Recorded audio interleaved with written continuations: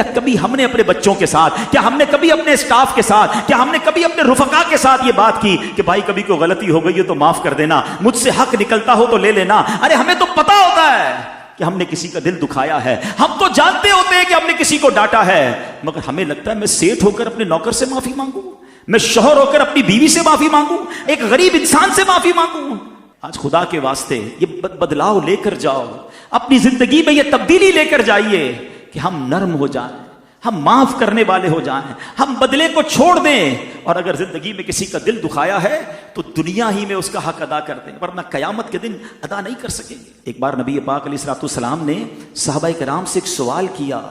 کہ بتاؤ مفلس کون ہے؟ حدیث کا خلاصہ ہے، اب میں یہی سوال آپ سے کروں کہ پور کون ہے، مفلس کون ہے؟ آپ بھی یہی جواب دیں گے، جس کے پاس پیسے نہیں وہ مفلس ہے۔ صحابہ نے بھی یہی رپلائی دیا، مگر نبی پاک نے جو اس کی انٹرپریٹیشن کی نا، امیزنگ۔ سنو، آقا فرماتے ہیں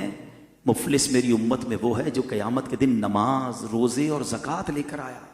اور یوں آیا، یعنی اس حال میں آیا کہ اسے گالی دی،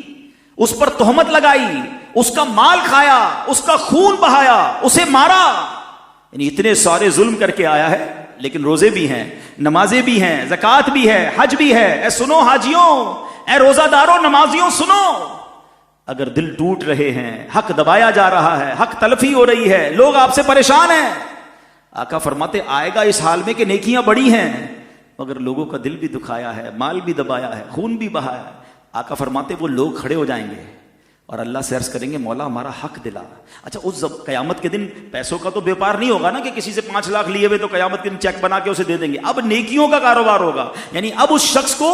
بندے کو اپنی نیکیاں دینی پڑ جائیں گی مظلوموں کو۔ حدیث میں آتا ہے ساری نیکیاں ختم ہو جائیں گی، حق لینے والے ختم نہیں ہوں گے، پھر کیا ہوگا؟ اب ان مظلوموں کے گناہ اس کے سر ڈالے جائیں گے، اور آخر کار فرمایا کہ اسے آگ میں پھینک دیا جائے گا، بیکاز لوگوں کے دل دکھائے ہوں گے، حق تلفی کی ہوگی۔